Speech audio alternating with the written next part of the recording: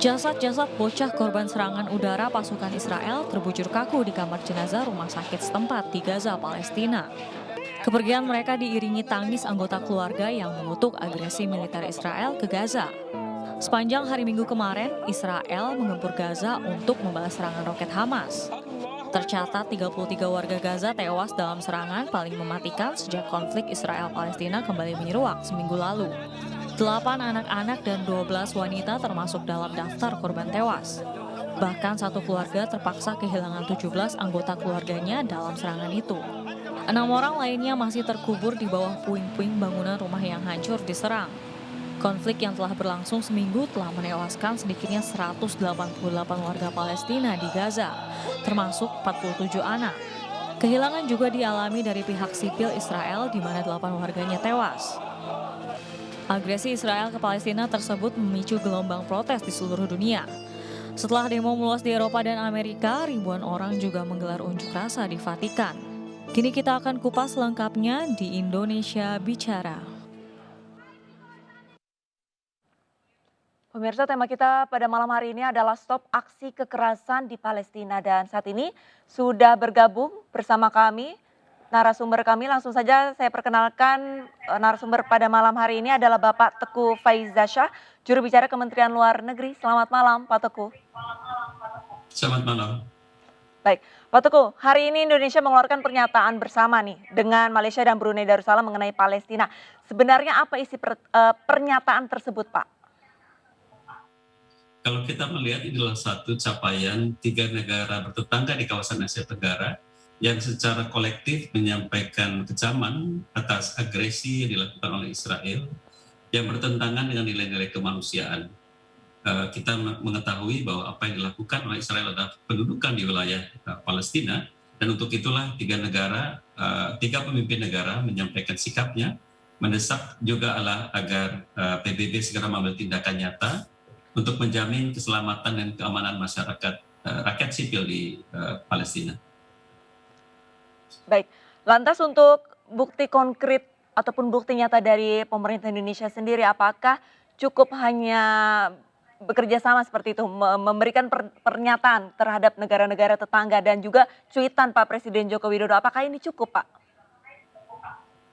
Sebenarnya kalau kita melihat cuitan itu kan hasil dari satu proses yang memerlukan penyiapan posisi bersama. Tidak mudah untuk menyamakan posisi 3 negara, namun tingkat permasalahan yang begitu akut menyebabkan 3 kepala negara dan kepala pemerintahan dapat menyamakan persepsi dan menjadikan suatu dorongan. Kita bisa bayangkan bahwa 3 kepala negara ini mewakili lebih kurang 260 juta penduduk di satu region. Jadi suara mereka, suara yang diwakili oleh masyarakat kita disampaikan oleh ketiga kepala negara tentunya memiliki gaung yang sangat nyata.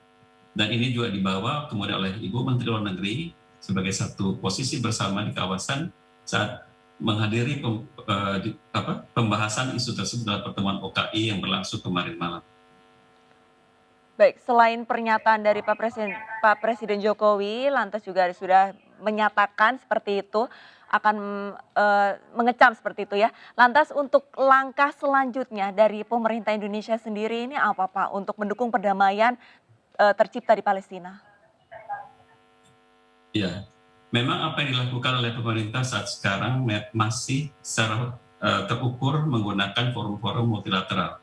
Apa yang sudah dilakukan melalui forum OKI dan juga gerakan non-blok, kemudian kita harapkan menjadi satu posisi yang bisa kita dorong lebih lanjut di forum Majelis Umum PBB. Memang saat ketiga kepala pemerintahan mendesak Dewan Keamanan PBB untuk mengambil sikapnya, pada saat yang bersamaan sedang berlangsung pertemuan Dewan Keamanan PBB di New York. Namun kita sama-sama memaklumi bahwa prosesnya tidak terlalu mulus, dan disitulah Indonesia bersama negara-negara internasional di dunia lainnya mencoba memberikan satu dorongan kolektif agar apa yang menjadi perhatian dan kepedulian masyarakat internasional menjadi satu perhatian juga bahwa ini satu masalah yang harus diselesaikan. Dan Dewan Keamanan PBB harus menjalankan amanatnya bagi ikut membantu menciptakan keamanan internasional dari konflik dan potensi peperangan. Berbicara mengenai keamanan dan di dunia internasional ini aneksasi ataupun pencaplokan dari Israel sendiri dan juga penyerangan Masjidil Aqsa, timbul korban sipil ini puluhan bahkan ratusan seperti itu ya Pak. Apakah bisa dibawa ke kasus ini ke ranah HAM Pak? Konfliknya bisakah dibawa ke Mahkamah Internasional untuk diadili? Kalau kita mengikuti, ada beberapa organisasi internasional, termasuk Amnesty International misalnya, yang sudah mengkategorikan apa yang dilakukan oleh Israel sudah menjurus ke arah tindakan yang melanggar hak asasi manusia dan hukum peperangan. Ada juga pihak mohon maaf dari pihak Dewan HAM PBB di masa lalu juga sudah pernah mengindikasikan bahwa apa yang dilakukan bisa dikategorikan sebagai kejahatan peperangan. Namun kita juga memaklumi bahwa sampai saat sekarang Israel bukanlah anggota dari International Criminal Court. Jadi apa yang dilakukan saat sekarang dan dikategorikan, berpotensi dikategorikan sebagai satu ancaman kemanusiaan, bisa pada waktunya apabila dibawa ke level yang lebih tinggi lagi sebagai tindakan kekejaman terhadap masyarakat sipil. Indonesia juga bukan merupakan anggota ICC, tapi tentunya apabila ada negara anggota ICC yang bermaksud untuk mengangkat permasalahan ini, tentunya ini juga sejalan dengan berbagai harapan masyarakat internasional pada umumnya. Baik, Pak Teguh, ini ada yang menarik ini. Ada Duta Besar Israel untuk Singapura ini menyatakan jika Indonesia ingin membantu perdamaian di Palestina khususnya ini, Indonesia harus membuka hubungan diplomatik dengan Israel. Tanggapannya seperti apa, Pak? Kita melihat bahwa selama ini juga Israel memiliki hubungan diplomatik dengan beberapa negara di Timur Tengah. Namun itu tidak merubah sikap dan posisinya untuk duduk menegosiasikan satu solusi damai berdasarkan apa yang disepakati oleh Oslo Accord misalnya. Dengan demikian tidaklah merupakan satu jaminan apabila ada satu hubungan diplomatik akan bisa ikut berkontribusi dalam penyelesaian konflik. Justru dengan kita tidak memiliki hubungan diplomatik pada saat ini, kita bisa menyampaikan satu argumentasi pada waktunya bila telah tercapai kesepakatan damai antara Israel dan Palestina, dan di sanalah tercapai apa yang disebut dengan solusi dua negara atau two-state solutions. Tentunya Indonesia dalam posisi untuk merubah sikap politiknya dalam hubungannya dengan Israel. Oleh karena itu, justru dalam kapasitas Indonesia sekarang yang tidak memiliki satu hubungan khusus dengan Israel, kita bisa secara tegas menyuarakan apa yang diwariskan oleh para pendiri bangsa melalui Konferensi Asia Afrika untuk peranan kita ikut memperjuangkan kemerdekaan Palestina. Kita juga harus mencatat bahwa Konstitusi Indonesia di bagian Mukadimah telah secara tegas menyebutkan bahwa Indonesia harus ikut berkontribusi bagi perdamaian internasional dan bagi ikut memerdekakan negara-negara yang masih terjajah. Dalam konteks itulah kita memperjuangkan kemerdekaan Palestina, sebagaimana juga disebutkan oleh para pendiri bangsa di masa lalu. Sebelum ada Palestina merdeka, akan sulit bagi Indonesia untuk membangun satu hubungan dalam tataran diplomatik khusus dengan Israel. Pak Teguh, ini menarik karena Indonesia saat ini kan tidak melakukan ataupun ada hubungan diplomatik dengan Israel. Lantas Israel sendiri ini ingin menjalin hubungan dengan Indonesia. Kira-kira sebenarnya keuntungan dari Israel sendiri jika kita bergabung ataupun ada hubungan diplomatik, ini apa Pak? Kenapa dari Duta Besar Israel seperti ingin gayung bersambut seperti itu, ingin Indonesia bekerja sama dengan Israel? Keuntungannya tersendiri apa Pak?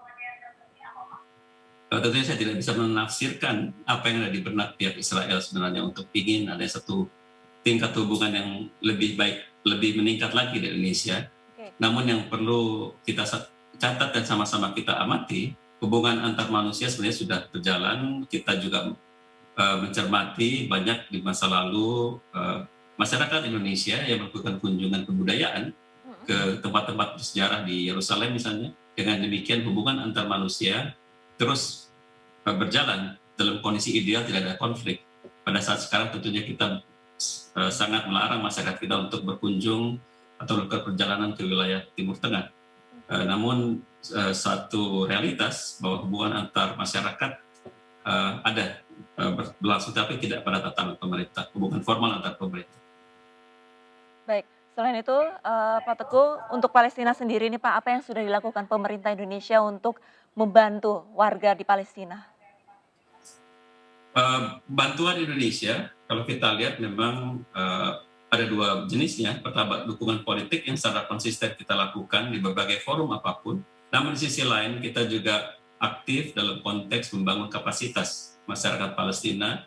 Sejak kurang lebih katakanlah 10 tahun yang lalu, kita telah banyak memberikan bantuan pembangunan kapasitas bagi masyarakat Palestina, apakah di bidang pemerintahan, di bidang-bidang skill tertentu, di bidang katakanlah teknik misalnya.